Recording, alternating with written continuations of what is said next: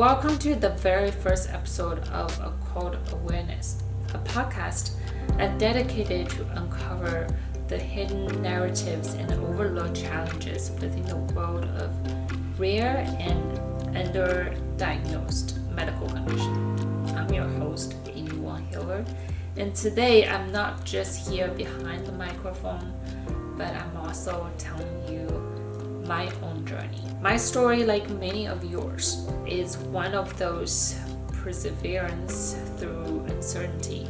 It began with symptoms that don't really fit as usual patterns, symptoms that were easily dismissed but impossible to really ignore.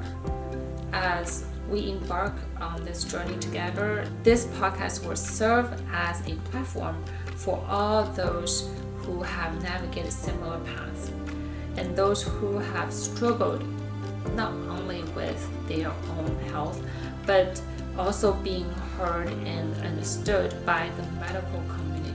Today, we'll dive into what it means to live with an occult condition, and we'll explore the emotional and physical complexities of seeking a diagnosis when the doctors didn't even understand, and the isolation that we felt emotionally, that not really having a name for the condition that you have, and wanting that relief of knowing what's going on, with challenges every single day, with the symptoms, with medical experts, conversations with those who have walked this road, and insights from healthcare advocates. Our mission to foster understanding, advocate for better diagnostic processes, and build a community that where no one needs to really navigate the unknown alone. And join me as we take the first step together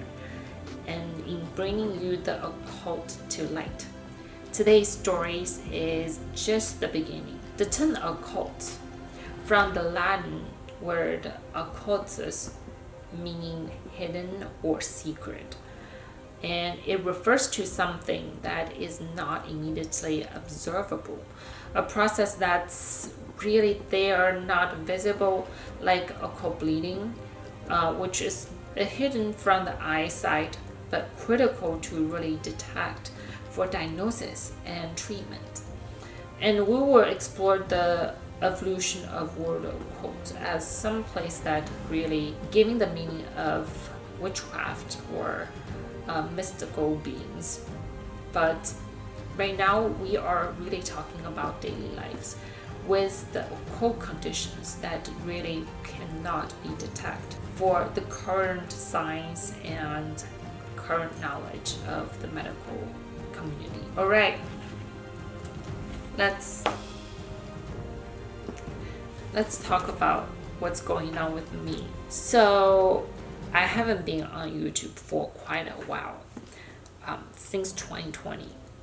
I know I've showed up like for 3 months, really intensive filming and the burnout about filming Steady With Me, and I was blonde. Well, now I look like I'm still blondie. But I actually got a buzz cut, as some of you might follow my journey and saw my recent just short film on YouTube that I returned to the dark hair, and then recently I got a surgery, so I become bald. And yeah, so let's talk about really what happened through this 3 years of progression. Right now, I am considered as a C1 incomplete quadriplegic. I don't really have much of hand movement. With my power wheelchair presents my ventilator with a mouthpiece that gives me a big puff into my lung so I can breathe, because my diaphragm also doesn't work. Crazy enough, I made this giant map for what exactly going on since almost 2013. This is the bigger version. It was event after event. It was definitely triggers that caused sudden onset of loss of certain movements. it was scary. I often was told that was just psychological, or they use psychosomatic. So let's start from the very beginning. As I kind of disappeared on internet for a while after 2020 when I went to a float tank. So before that, I definitely had a lot of symptoms, but really this is when things really went downhill.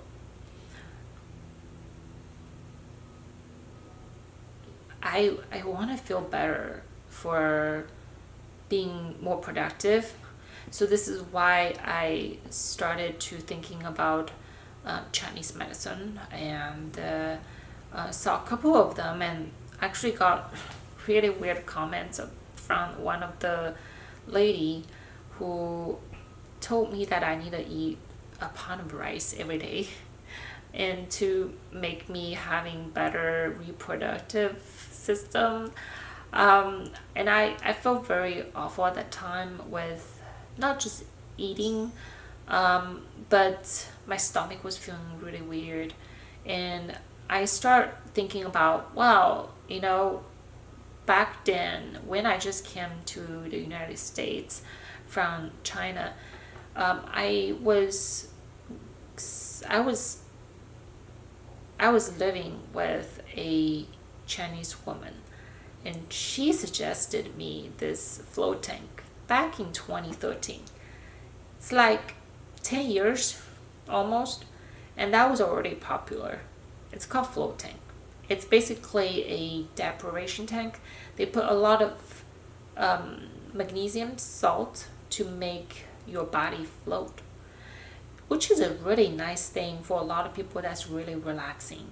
I don't think it's really harmful for you unless you have some kind of connective tissue disorder and causing your joints really just cannot pull them up together. I did not know at that time I really had something called EDS, Ehlers-Danlos Syndrome. But I was just trying to feel better, and so I tried it out. I really liked it because as many of you guys know, that I am very big on meditation. So I was pretty much thinking that that was an amazing experience for being in the tank and meditating and relaxing and feel like you're back to your childhood, like your mom's belly. That's what they describe as. Until I got up, everything just felt a little wrong, because before I really relaxed in the tank, I felt really painful with my neck. I think it was really hyperextended backwards, and I wasn't really feel comfortable at the time. Eventually it relaxed and I thought it was fine. But after I got up and in the shower, and I started realizing that I couldn't hold my head up. And the funny thing is that after so many years with the mental health issues, I am so scared of being caught like having psychological issues again. And so, of course, I felt really wrong to mention that I did the deprivation tank that evoked those kind of symptoms. But it was very soon after I started having really weird drop attack. Like sort of people feel anxious and then they just suddenly drop on the ground. And that's how I felt like. And I felt like that was back to square one. So this is really have to go back a little bit more in time. I never thought I had any kind of mental issues growing up, but I did feel like it was a lot of symptoms. Weird symptoms like, why do I feel toothache after PE class? And I couldn't really eat my lunch, and I have to sit there and hold my jar, and which I didn't know at the time that was just TMJ. and that's another joint issue. When I was leaving China at the time, I was already developing a little bit of eating issues.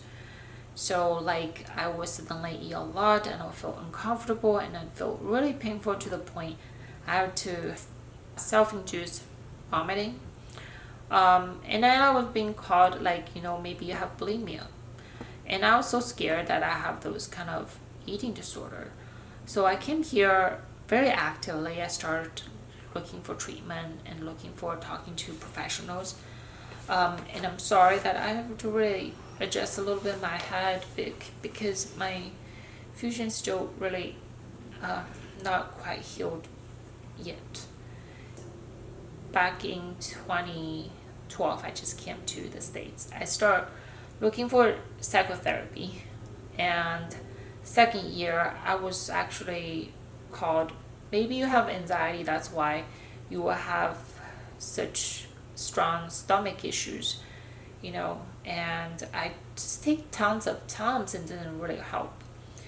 And I actually had a car accident back in 2013, and I think that's when things started going wrong, because I started having weird headache. Like, I don't know if it was migraine or what kind of headache, but I never really had a lot of headache before. So I started asking my husband, my boyfriend at the time, just continuously asking for Tylenol or for ibuprofen for just relief. And then I graduated from my master's, going to my doctoral program. And that's when things even got worse. I think it was stress because that's what everyone told you. And I actually lost a lot of weight. I was not able to hold down food. I was told that if I have a lot of stomach issues, I should go to a local, I should go to a GI doctor. And so we went through a endoscopy. And funny enough, after endoscopy, instead of me able to eat more because I was on a little bit of medication, but I was literally worse. I almost couldn't really hold down food, and I would wanting to have food so much and then feeling so bad. But fast forward 2015, I was already second year of DMA student. I was really happy about how me and my food relationship, everything just came back, but it was snowing, and I went on campus and I slipped on the ice with my butt on the ground. And this doesn't really evoke any of significant symptoms, except now I'm looking back, I'm wondering, why do I even fall so much on campus, especially because there was witness of me almost every month falling on the ground, having my violin thrown out from me, and everyone was just really shouting and saying, "Are you okay?" And I mean, I was a little scared, but I just never really put piece together. I will put everything on the table and let you see how messy of a picture of a map that is. So I didn't know, and I went on to 2017 with so much of behavioral health issues and the people that diagnose you with depression disorder. I went through several of inpatient treatment, and I think I didn't really talk as much about it before, but I did. I went inpatient even on my birthday, involuntarily. Funny enough that I had lost my memory for a couple of days, that I couldn't really put piece together why I wrote so many of Aka on a folder, because at the time I was in Aspen Music Festival wanting to play the next concert, but I couldn't. because I was in a psychiatric ward in Denver.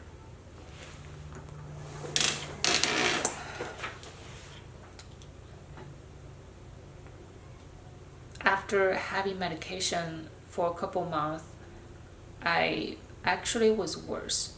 I went to inpatient. I was in a catatonic state, and doctors recognized that it was a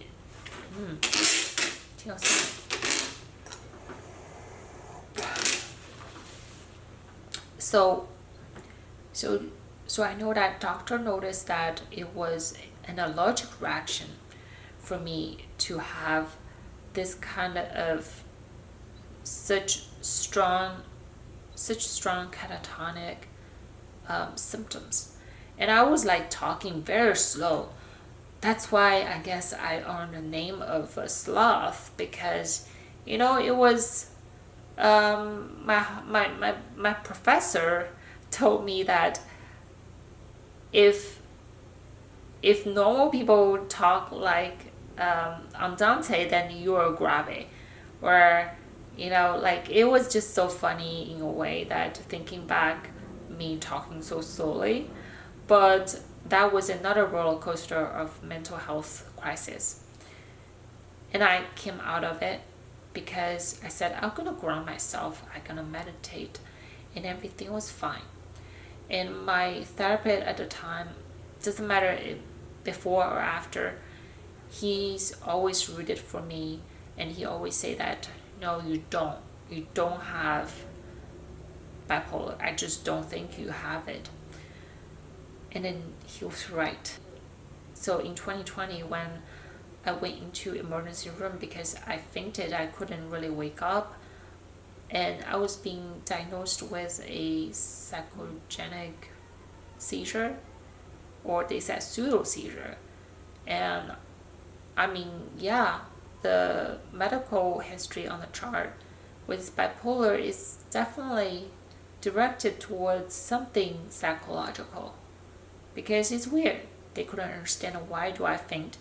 They couldn't understand why do I twitch on my left side of body.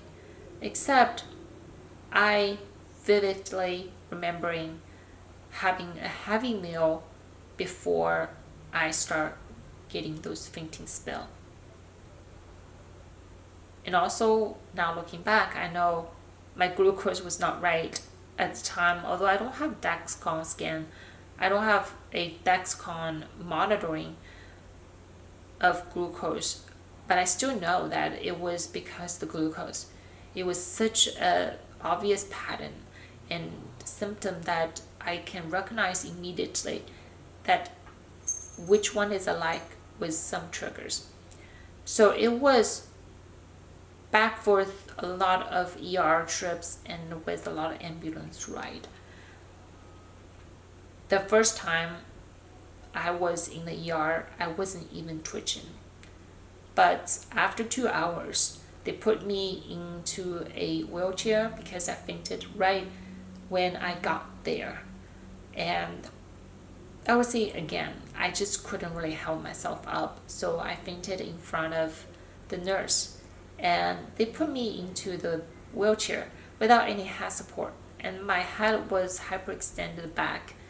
And it made me difficult to wake up, and it was really difficult time. Every time I wake up, I would tell my husband, I said, I'm in such amount of pain with my neck. And I'll fall back again and faint and wake up and repeat. Until they saw me, and my husband said, yeah, when you fainted, your right side, your hand was twitching. Like, I don't know why. So I really don't know why. Yeah, I was twitching on the right side. So of course I went back with the name of pseudo seizure, and again. And I was told that I needed to take medication for seizure, and I was told I have to get EEG. And so when I got my EEG at the University Hospital, I fainted again, and have what they call status epileptic seizure, but then they checked on EEG for 5 days. About 3 days, they take it off. They said, no, you don't have anything wrong. I don't think this is epileptic seizure, which is a great thing. You have a weird little some hyperintensity like on your skin, but that doesn't really do anything. I don't think it's really do anything. So we think it's just called PNES. Maybe when your body has a lot of trauma, you have mental trauma, anything that's psychological trauma that can cause you to have such an expression, which that expression makes me not understanding why every single time that was from the right side of my body. Yeah, and it's always from the right side, and it's always from right side having periodical paralysis. And that was just the end of 2020 to the beginning of 2021. It was so scary for a couple months for me to not understanding why my blood pressure would tank to 70s and low 30s. And the blood pressure almost gonna send people to emergency room, send me nowhere, because they said, well, yours are not epileptic, so you wouldn't really have any life-threatening issues. ER to me became really useless. In the beginning of 2021, I am very lucky that I first sought out a lot of videos, and then I linked one of the PNES to one of the Ehlers-Danlos, to some girl who actually studies about EDS. And so I just learned maybe I do have EDS, because my beta score is literally 9 out of 9. And when everyone is telling you nothing's going on, especially in the end of 2020, I went to ER once, and the doctor literally, when I was about to wake up, I hear him talk to my husband, saying maybe she is just faking. Like, what? This is the first time I'm feeling so gaslighted and feeling like things are so wrong. Maybe that was not the first time, of course. Like, my stomach issue too. I went to the eating disorder facility and drinking those shakes, and it was making me feel so sick. I mean sick by everyone there, the patients. This is how messy I got. So that's why I really have my progression written down and right now in front to not make me really mess up anything. So I was really glad that I got something confirmed, because I said, oh, maybe, can I be hypermobile? And I had the clinician testing me and so scared of stretching my fingers, but I said, no, just go ahead.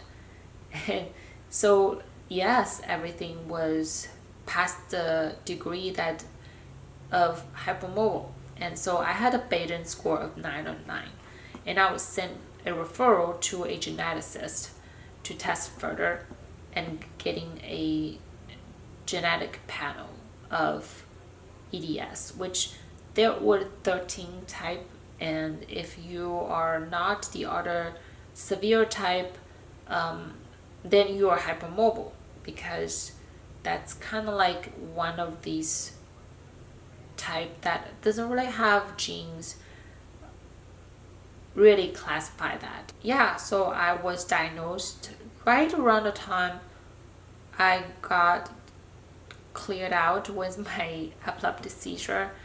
So I came out from ICU. They tell me everything's fine, there's nothing going on. Although I was like, what about my pulse? Because I also was feeling like, what about my faint is really due to those kind of heart rate issues. Because when I stand up, I did the same thing. I stood up from the bed from laying down. I did those kind of testing myself at home. Don't do that, but I just really can't wait till going to the doctors and being told that it was still normal. So it wasn't. Every time it was not normal. My heart rate would jump up like 30 or 40, like from 80 to like 130 something. It keep staying up, and I was like, well, that might be it.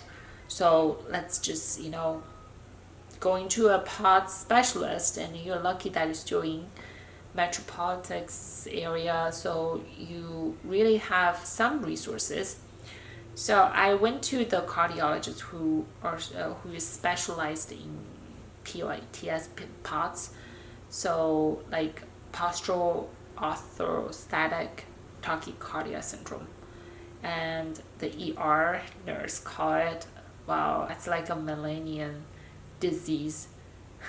So I don't know. They just don't really believe it.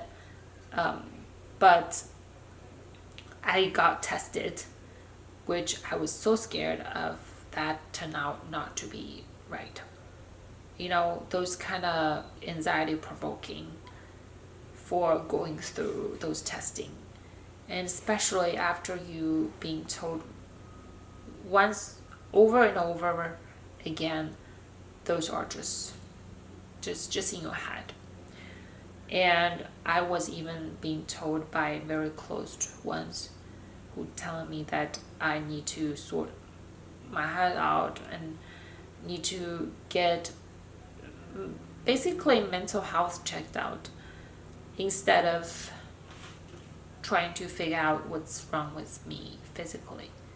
But now I'm looking back, I wasn't normal. After we were cleared that I had an EDS, I went to the clinic of the osteopathic doctor, and she's like, we need to get your body really aligned.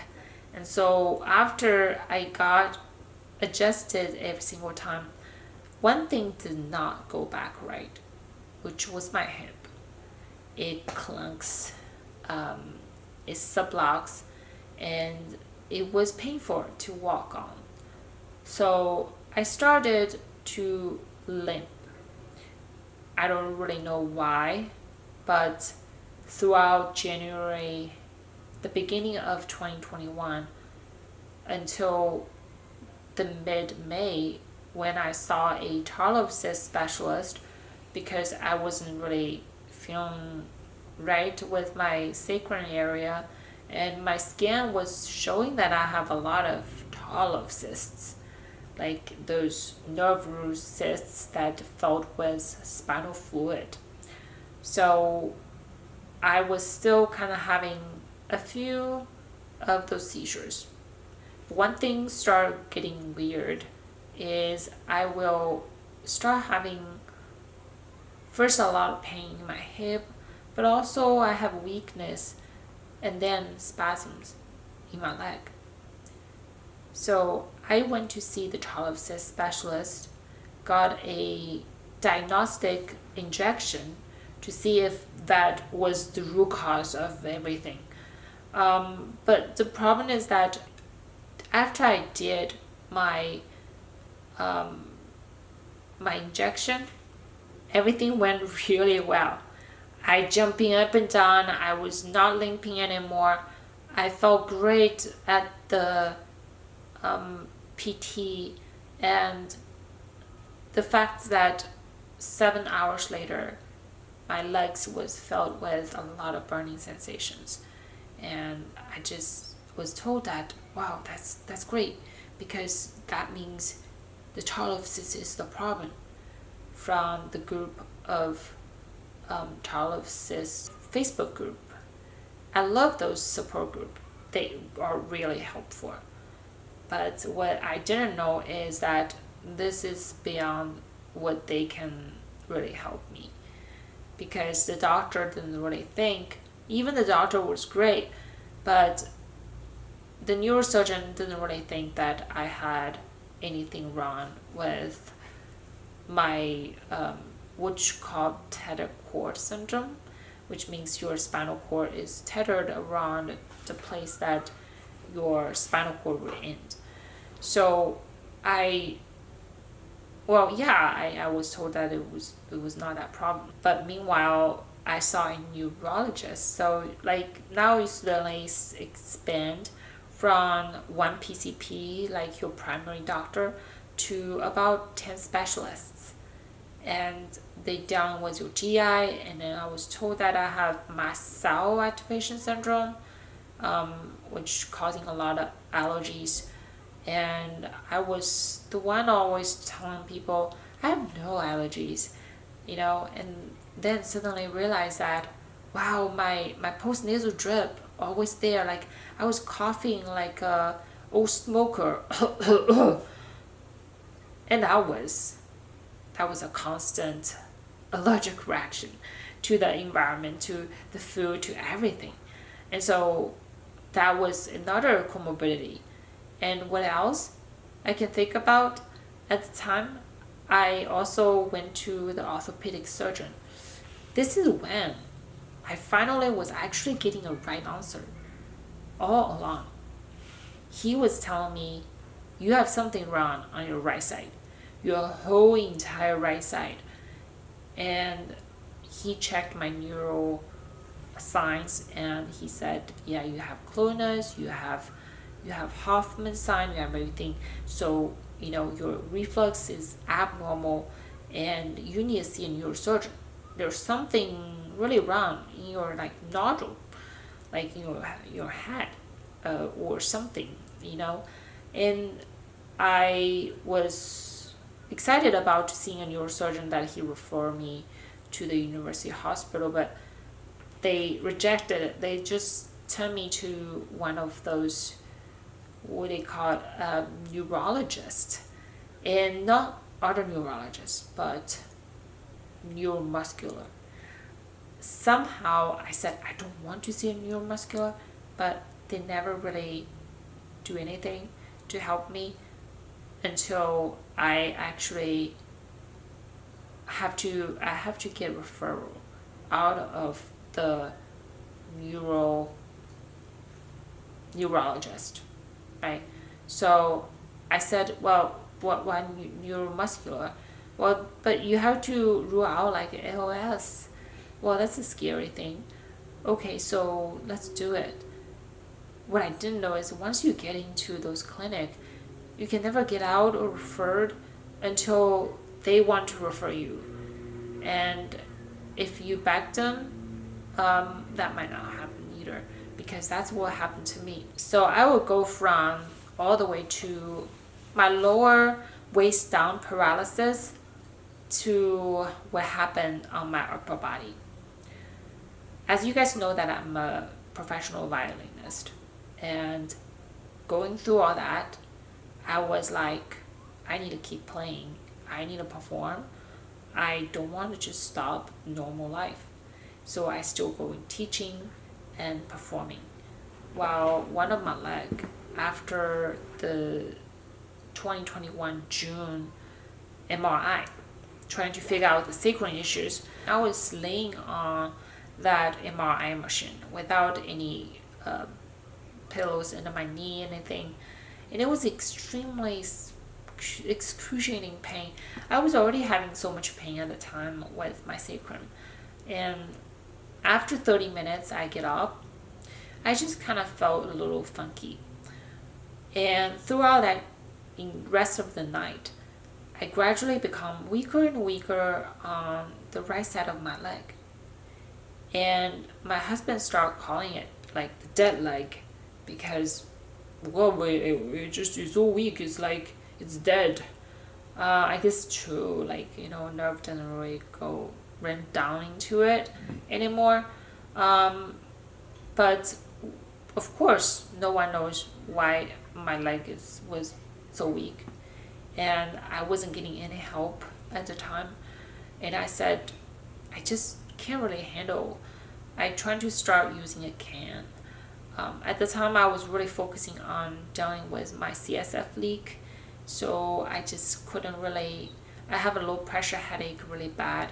and my balance was so off. It was right after me taking a car trip to most the closest location for blood draw, but I was feeling something weird in my bum, like the car vibration and everything. And suddenly I was having such a bad headache, and I just couldn't really. I was having a hard time. So after that, my balance was off. My inner ear balance was off. But again, I was told you cannot have a CSF leak by a neurosurgeon, and telling me, oh, you just hypermobile. I might be hypermobile as well, and you just need to do some PT. I started doing PT, but PT was telling me your therapist was wrong. You cannot have the dissociation from turning one side of your head and then turning to the other side, because my eyesight was suddenly getting clear or blurry just by certain triggers that the PT was doing. I have no idea what he's doing, but it was clearly something physically wrong, not in my head. Again, into seeing an ENT doctor, telling her all these kind of symptoms that was tinnitus and almost having the hearing loss at the time. I'm sure I still do. And she was saying, no, that's not possible. You don't have a lumbar puncture. Like, all right, I guess it's not possible. Until I pushed through so many times, telling the doctor, the headache clinic, that I don't really think I have a migraine. I think I really have a leak. I don't know. I'm just keep pushing the idea of my symptoms because I documented it every single day at the time. That was a full-time job. I can do nothing but just documenting and contacting doctor and going to the appointment. And so I started to taking a pause on my program and not really working on my dissertation anymore. So yeah, I got my CSF leak fixed. I did a patch, and I did a patch in October. And it wasn't related to my paralysis, because my paralysis started first in June. And knowing that I couldn't really hold on to walking, I feel like I really need to ask for a better wheelchair. My wheelchair was cumbersome. It was so heavy that I cannot lift it myself. Even at the time, I have strength on my upper body. So I finally got an appointment. It was 4 months away. 4 months of wait for a wheelchair evaluation, only to evaluate that you need a wheelchair, not to get a wheelchair. So yeah, so I was basically having one leg paralyzed going to clinic, but didn't notice that my left side also was getting weaker. And not even till October, I realized that I was having so much pain walking. I was using a rollator at the time, and my best friend has to come to campus and save me from not able to walk from the library, which is just across the street, to where I park. And I will be having so much pain and so much pause that I end up sitting on the roller and tell my best friend, I said, just push me, please. I can't. So October comes and they still haven't figured out anything. I went to another neurologist and she was so worried. Things are so all over the place. And the sensation, the vibration, everything. You better go to a better hospital. But I'm like, I have another concert, I have to go through the concert. So it's funny enough that I didn't follow what the doctor said, and so I went on to doing more gigs. But what about 2 legs paralyzed? Well, I asked for the wheelchair, and I asked for loaner wheelchair that is light and easier to transport. And I also got my hand control. I don't know if it's just me being resourceful or me being stubborn that I just want to keep my job. I just want to keep playing. I I, I love the fact that I am performing still on stage. I don't care if I go up to stage with my wheelchair and transferring to the normal chair. People will see it, but I feel like that was a great representation of how people with disability might be. Because apparently, after June, I cannot hide my disability anymore. It becomes visible.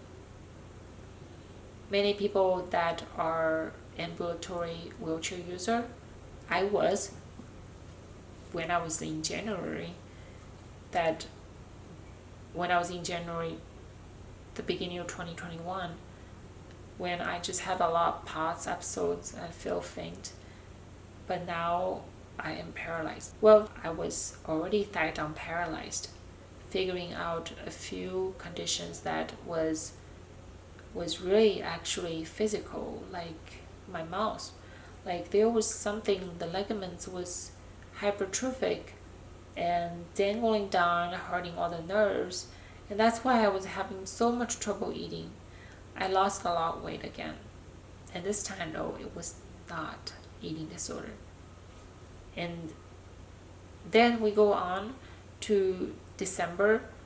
As I already know, something was really wrong. And one of the pain management doctors said, I don't think it's FND. You're too calm. I think, can it be tetracord? Can I refer you to a neurosurgeon? And I did, and then I actually was told there was no tetracord. But continuous research, continuous watching conference about EDS was really helpful for me to finally get to the road of the right provider. So I reached out to a tetracord specialist, a neurosurgeon in Rhode Island, and I did my first solo trip with wheelchair. Not the one that was car, but fly. And everyone was so scared, and I was like, I'm gonna figure it out. But I was really having fun at the time because I really had still all the strength on my upper body. And by the time I see so basically October, I lost my left leg, and December, when I went to a called Ability Expo, I feel like I stretched my body too much with the climbing thing, free climb. And then suddenly that morning, I just lost my hip.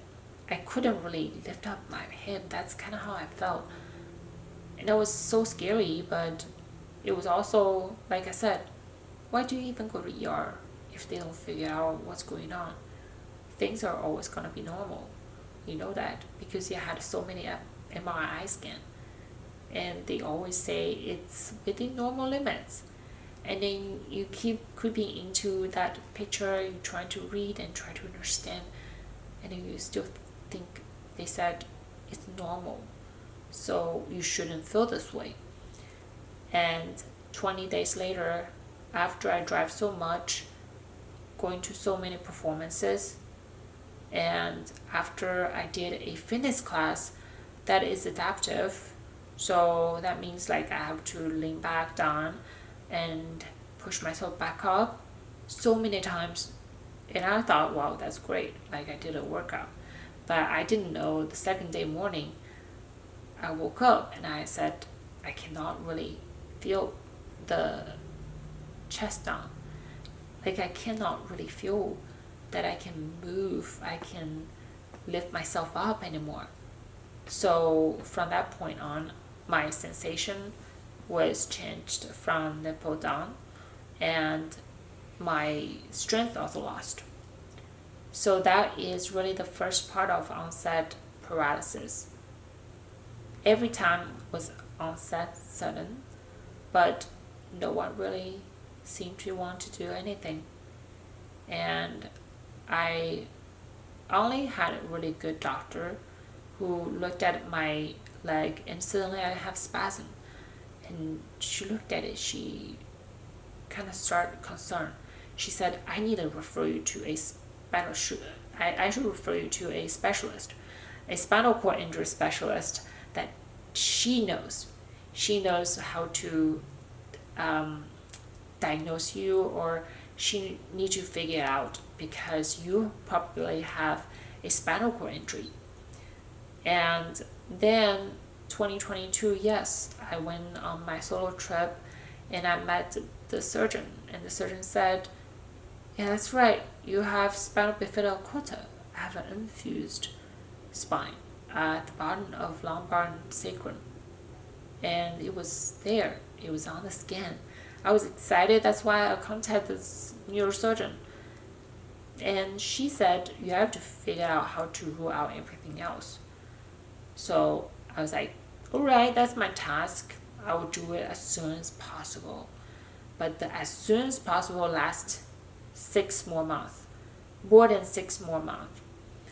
The reason is all because they really don't want to do testing in the ER. They think that I'm fine and I'm getting a functional neurological disorder diagnosis. And I somehow agreed with seeing a specialist with it, but although I just don't really think that's my problem. Now, the second part is really starting to getting worse. 然后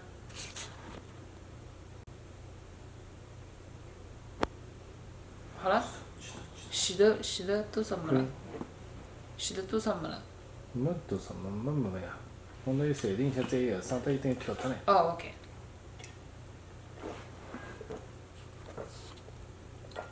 然后，刚我就说到我洗的没多讲太多。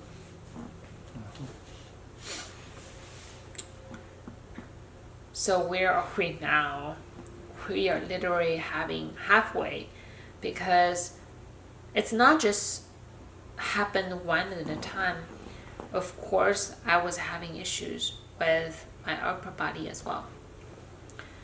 Because the beginning of finding out the problem was my right side of weakness, a slightly weaker grip.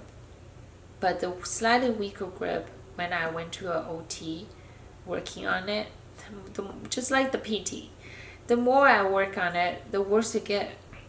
And I don't know if it's because what we worked on, or just because the problem was never found. And I went to, so that was me trying to figure out everything, rule out from ALS to possibly something immunology related, like with my spinal fluid inflammation, things like that, MS. But after I saw, but actually I was still getting weaker at the same time. After I saw the neurosurgeon, I came home and I had a great experience with PA.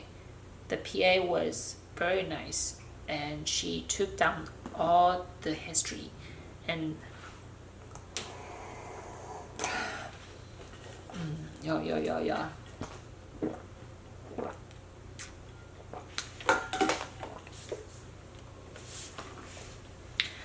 after she took down all these history, and she was told that I was told that I will be able to see the neurologist finally again after a year, actually almost 5 months of wait. And I have appointment a month later, but I do have to do a lot of other tests as well. So by the time I actually had my MRI, just normal MRI, I was suddenly having weakness in my right side of hand, that this hand is no longer able to open up. I didn't know why. I was just really kind of worried, but also feel like that's just another progression. I still can do everything myself. I still can lift my chair out of my car. I still can go to the school where I teach, and I still can play the whole concert with the symphony orchestra. So I must be fine, just like they said. So March, I saw the neuromuscular doctor. Sure, it was all right. He took me seriously, but we have to do testing. The tests come out somewhat within normal limits again. Everyone at this point knowing that tests are always going to come back normal, right? And it was normal, and I was told, no, I was not told. I didn't even see the doctor first. I had a resident come in the door. Doesn't really bring on all the history or anything. He just started asking me weird questions. And so by the time he said, oh, how does that disability affects you, your life, or your emotional? I was like, I don't know, like I'm still playing. And so I showed myself playing in my wheelchair, and he didn't comment on it. Well, whatever he thought was showing in that office notes clearly, but he didn't say anything at the moment. And he asked me again, oh, so how do you think about F&D?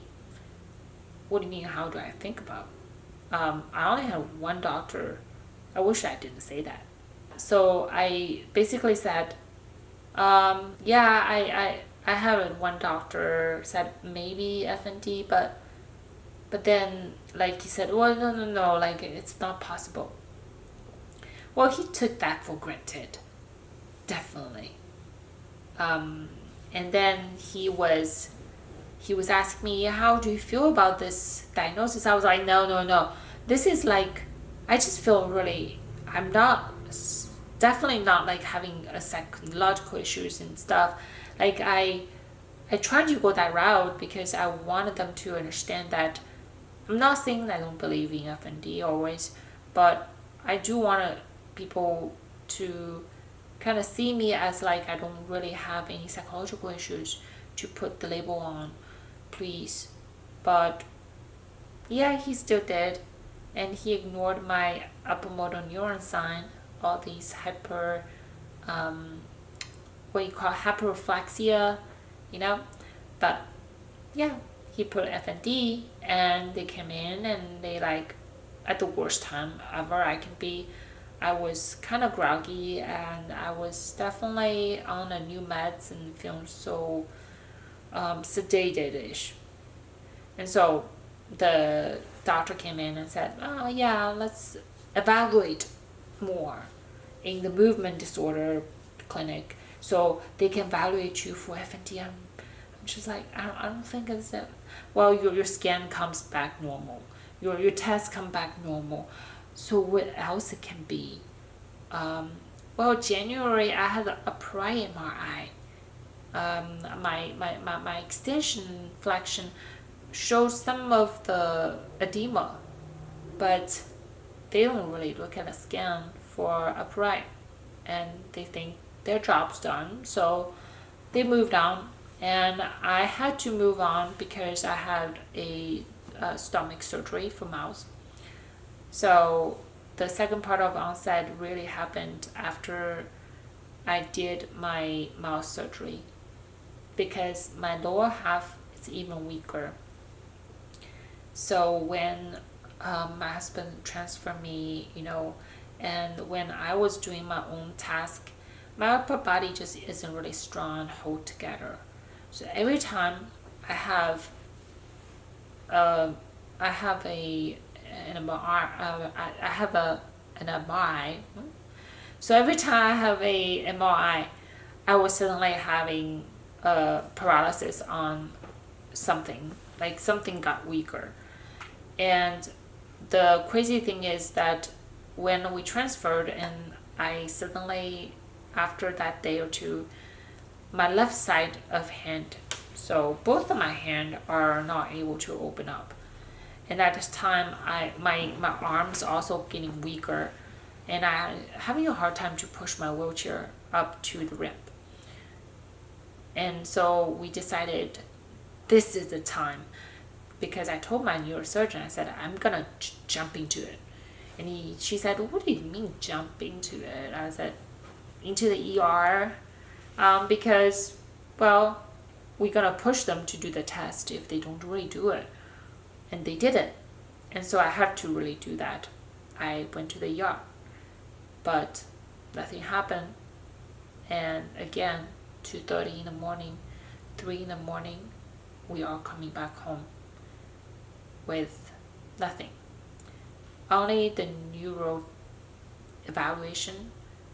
The lady came in, asked me to lift up my arm. My right side wasn't able to, but my left side still having tiny little bit up. And she's like, well, we don't do the lumbar puncture in the ER setting. And so, well, you're gonna schedule with that doctor to do outpatient. I'm like, if you admit me, I wouldn't be doing that. No, let's just wait. So unfortunately, I have to wait till literally 2 months later, seeing the neuroimmunology doctor, and went into the room, having the lady just said, I don't really know why you're here. Like, why? Because I really have to rule out everything. And so really by the time in August that I got everything ruled out, I had my urodynamic study that proving that I have neurogenic bladder. At the time, I already have to cathing myself and do bowel program, and I was classified as a C4 incomplete quadriplegia, and I was still having no result, nothing showed up abnormal. So in September, I was told that I cannot really see the doctor virtually to figure out the surgery. We really have to go in person again. So I said, okay, December, that's another 6 months of wait. And by the time I was already almost a year and 3 months into my paralysis journey. Yeah, so it's a constant chronic issue, and it's just getting worse and worse. And you're like frog, like slowly boiled, and you don't even notice it. And I was at that point thinking, I cannot do this anymore by myself, living almost on my own for the majority of the day, because I was hurting. I came home from teaching, my arm was just so fatigued. They were so painful. I don't even know if it's nerve pain or just muscle fatigue, and the muscle was giving out. October 14, 2022, that was the last time I was able to shrug my shoulder. Or I was able to have a deep breath.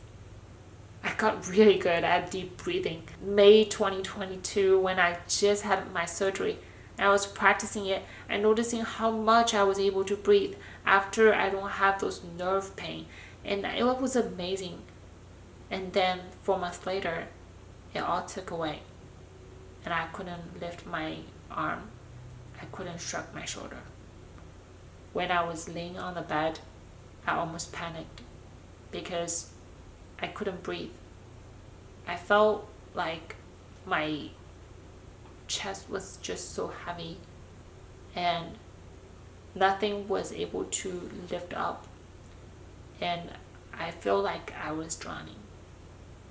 I told one of the media and that I shouldn't use the word drowning because it wasn't the right feeling. It was feeling the heaviness. But now every time I talk about it, I just still use the word drowning. It felt like I couldn't breathe. But let's just keep going, right? I have more concert. I can just keep going. I can keep pushing through it. And all these onset paralysis I didn't notice. All of a sudden, I become a C1 incomplete quadriplegic. Not only that, the amount of weakness I had, it was classified as motor complete. Many of people on social media have told me, no, they argue about you're not motor complete, you can still lift up your arm. I'm not talking about this. I'm talking about on exam table, laying down supine, unable to use your arm, lift your arm, move your arm or fingers. Nothing. But what does the doctor do? They said, we don't know what's going on. And you need a power wheelchair. You need a power assist. Let's call it FND. Because, we ruled out everything. I'm like, no, what about tether cord? I still have to figure out my neck. Well, we already did all the tests, So let's just call it, and it's fine. But I didn't know it was not fine because then the doctor was using that diagnosis over and over, using different words, and it's hard for me to get care, especially my breathing. Alright, finally, 2023 arrived and I was able to travel alone again. I didn't know how to figure out everything because I couldn't really transfer onto the bed anymore, but I can ask for help, right? So I still went on to trips by myself, and I went to Rhode Island and I was there all by myself, and I figured out a way to even get on the bed and filmed it and put on Instagram and show people that I can be independent in a way that ask for help and trying to figure out myself. And I was told that let's do surgery. So I begged the doctor to just the neurologist. I said, well, maybe I need a clearance or something. They don't want to see me, and they offered me a neuroconversion study again, and I did it, and it was the worst exam ever, not because of the pain I would go through like with my body, but the amount of gaslighting and dismissal, and the way that the doctor's bedside manner was just so horribly wrong. He was telling me my spastic legs to just calm down, and I looked at him as he said, calm down, lady, young lady. I guess I don't know, like it was a compliment. I I was not able to. I begged. I said, can you just please lift up my knee? And that's how it can really reduce the amount of spasticity. And he refused. He literally just ignored. I didn't get any help. And finally, the legs start getting more and more calm, and they wasn't moving before they did EMG. So they put needle in there and see if your muscle has those kind of fasciculation, testing those peripheral things. But they know what happened with a nerve condition study, it was not right. So when the resident tested and the attending comes in, and he was just sort of angry. He was like, oh, something is wrong and I need to test again at the back of your knee. And just test it again and again. And finally, he agreed that there was something wrong. And then so he started blaming. He said, oh, you sit in a wheelchair. Did you noticing that your back of your knee, maybe it's hitting something. That's why it cut the circulation. I was like, really? I don't know. I don't think so. Maybe. And then he went on to EMG test, and I didn't really move or anything, and because I couldn't. And he turned around and he get to the computer and he start typing in, and he think, well, she might just be emotional. And at that moment, I didn't know what to say.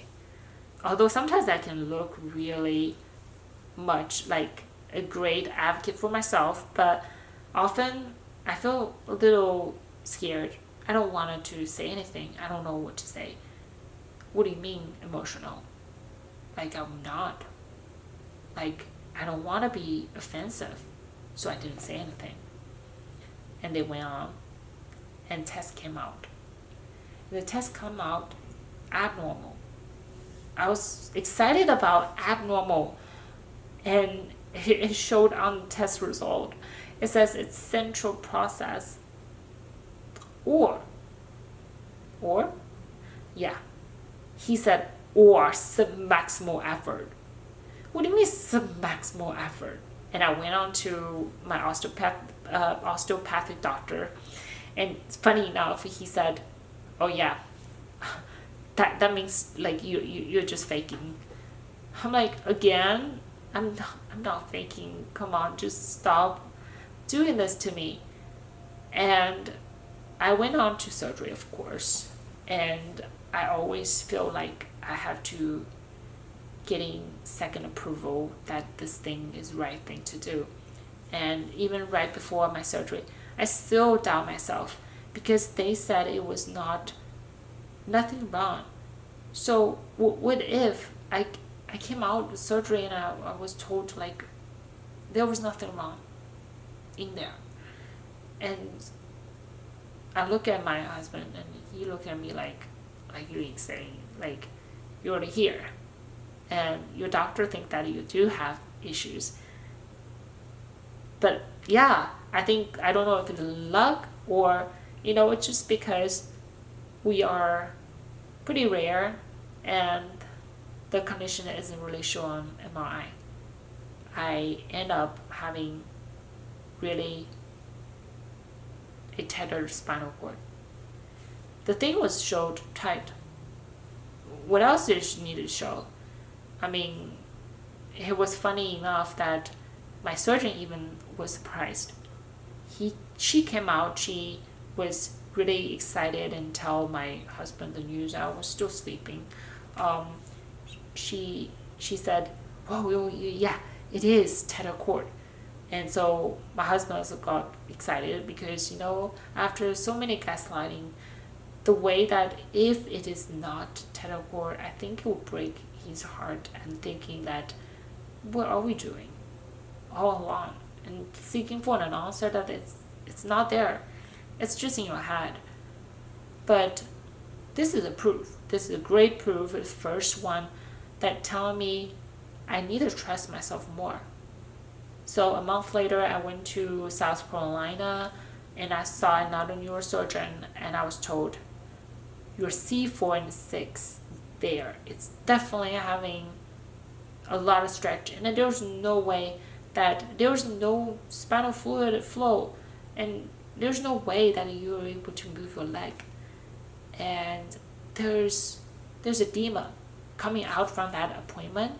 For me, was so enlightening, because I almost felt like I was not able to even pursue my dissertation on the topic of what I want to talk about of my paralysis. Because what if it's just in your head? I can't really work on that. I cannot talk about a brain to body function disease, and that I can play because you can play. There's always a way that it's inconsistent. That's why you're able to play. So that was a really good confirmation for me to know that there was edema, that there was a structural issue. But what happened when I come back to Texas, I was again told nothing wrong. The neurosurgeon who doesn't really want to work with you or doesn't know how to help you, they often, behind a closed door, they often will say, there was nothing wrong, there was no stenosis. I don't know, you're always going to get worse if you age, I hate this. I don't really know what to do next. No one was trusting me. So at that point, I was really ditching all the neurosurgeons in Texas. I know something was wrong. I'm going to hold on to it. And so I went to the inpatient because another spinal fluid leak. And the funny thing enough, I didn't really think about is every time I played, I brought my violin to the unit and I practiced. And then I was playing some izai, maybe it was a little bit aggressive movement again. Every time was izai. I don't know why. But every time I played izai or practiced, and after that, I was sort of normal for a couple of hours. But then I started having so much issues, pain, suboccipital. I was having the headache. I was then just feeling fainting. I don't know why. And all of a sudden I start spasming for 3 hours. And that comes with dysphagia. That comes with weakness on my right side. And I couldn't really using a normal straw.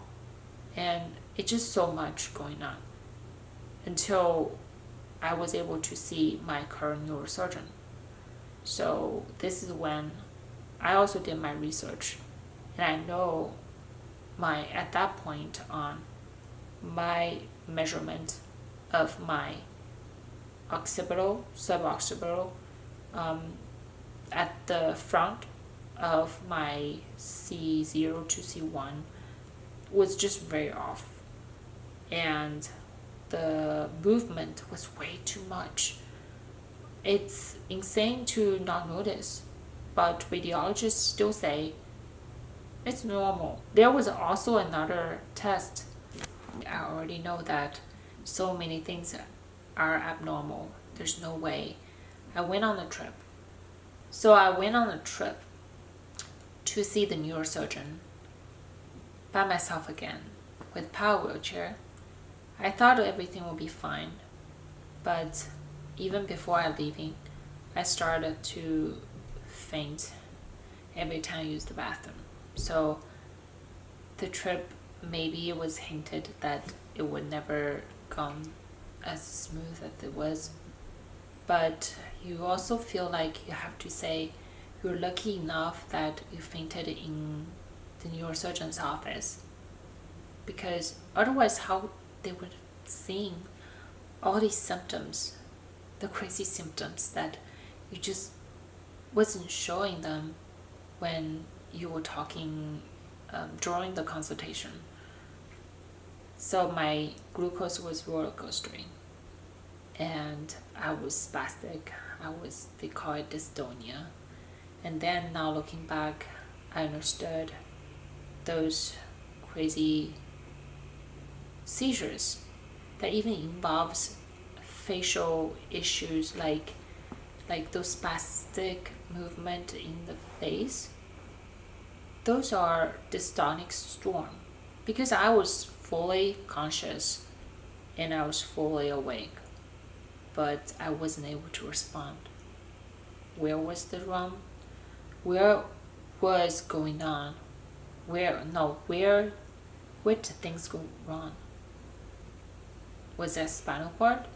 Yeah, but also brainstem. They forget brainstem because I don't know, like that's the things like last thing they really go to. Well, especially the lower medullary area, medulla. So the pons, the medulla. So the medulla really was the last place of your brain that the MRI that gonna go to. And can you see really right now at this point the scan, the MRI is advanced enough? I mean, maybe I have no right to question about these because I have no medical degree, but I want to bring this to the table as everyone start thinking, what went wrong for the whole entire 3 years that although you have a spinal cord injury, but no one is going to do anything. Although you have a spinal cord injury that no one's believing you.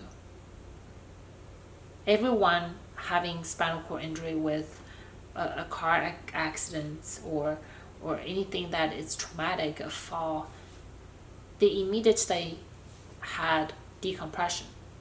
They immediately had fusion.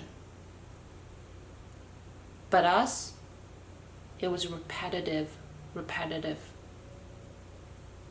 harmful compression and small minor traumas. So I got my surgery just about 2 months ago. And I had my fusion from skull to neck. And I also had my front of C4 to 6 fusion. Now I can be considered as getting saved, I guess. One part I didn't mention is that right before I had my surgery, I actually had a really scary moment. I feel like I might just be lucky, but very unlucky. In fact, I was hitting my spinal cord and the brainstem from the front, the anterior side.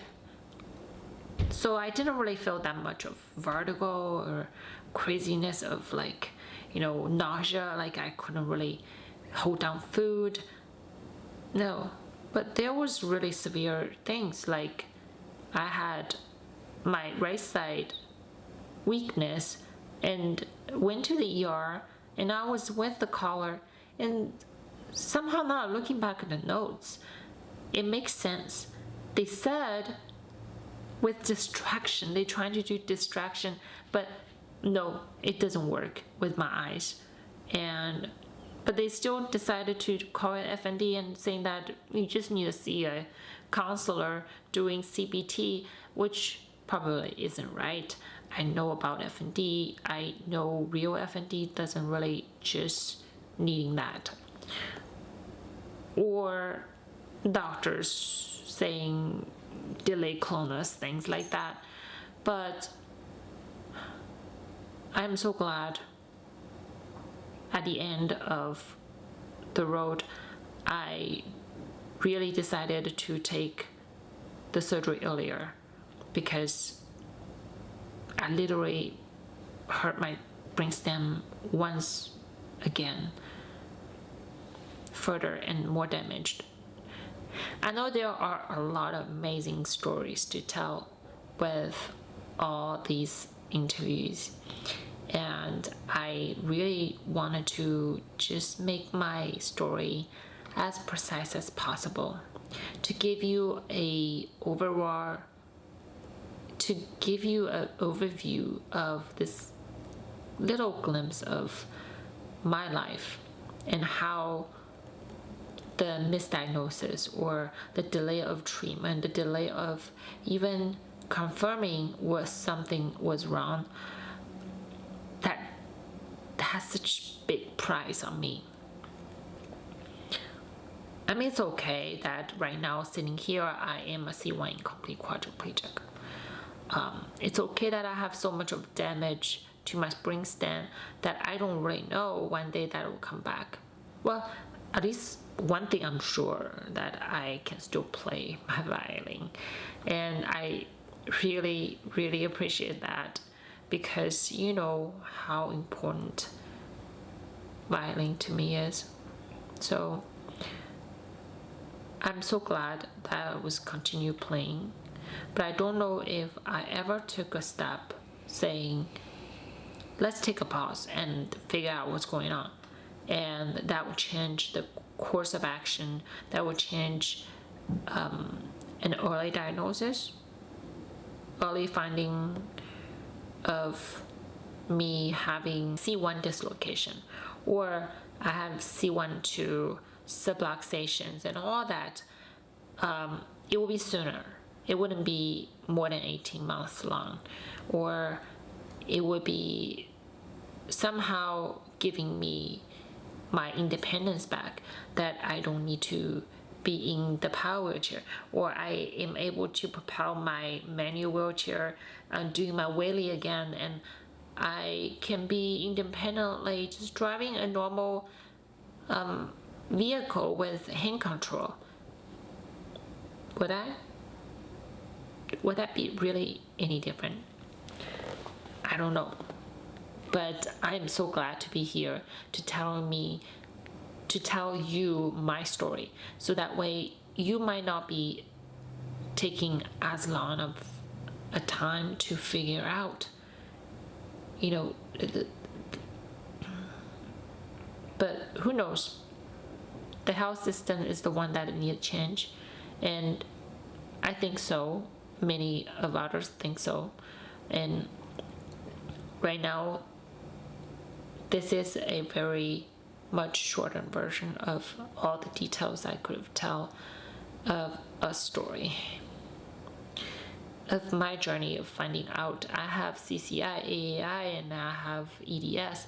I had literally so much damage to my brainstem and spinal cord, and two things happened at once. My lower spine tethered, and it was getting stretched, and it got damaged. I want to probably have a machine, a MRI, technology that is able to really show everyone what was wrong, because yes, it's occult, but it's in your body. Something is happening, and it's just current science couldn't see it. So that doesn't mean it's in our head, or that doesn't mean it's functional. That doesn't mean that we can be diagnosed, we can be treated, we can be getting the care we need, and what is wrong with the health system. So this is where the occult awareness come. I know this might be such a long episode, but you will hear a lot of long episode, and this is the reason why. I think without having long conversations and getting comfortable with each other, and letting your brain, just your heart, to open up and to just talk naturally about what you are thinking. We always guarded with certain words, certain thoughts, and I don't want this one become so filtered. But I do want it to have the health professionals the people who have the knowledge, have the public health knowledge, have different aspects like F&D come to the show to talk about this really global pandemic issue, as so many people having symptoms, having possible conditions like EDS, like CCI, like AAI, but cannot really just be diagnosed, or really wrongly diagnosed, misdiagnosed as we say. And what do we do now? What can we do for these people? And they are just getting sicker. And why does that not having enough fundings for brainstem studies? Why there isn't really enough research about brainstem? So at this point, at the end of the first episode, very first pilot episode of a cold condition, I want to bring my story to the light. I know it might be really long. You can skip all that until the end, and you can just hear me talk about how my real thoughts after 3 years going through those medical traumas.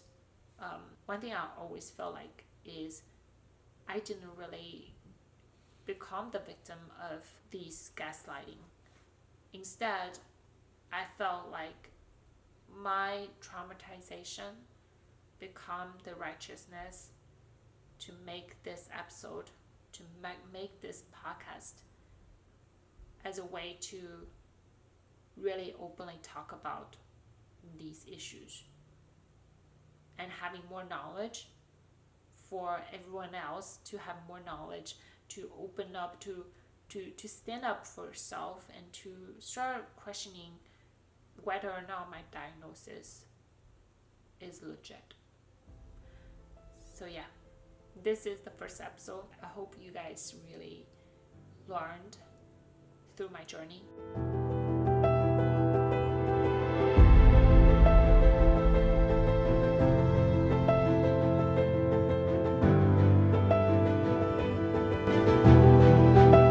So we're at the end of the episode. I would love to have you keep fighting for the answer and gaining more knowledge about your diseases.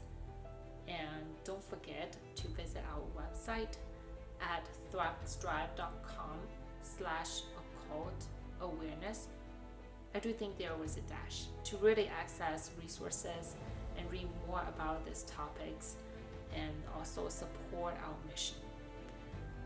If you found this episode in any way enlighten you, please consider subscribing to our podcast on your favorite platform and leaving us a review. And your feedback really will help us grow and reach more listeners. Follow us also on social media at occult awareness with _ to stay connected and informed about our upcoming episode. And also remember, your story matters, your health matters, and you are not alone in this journey. Until next time, keep striving for knowledge and awareness. Bye, friends.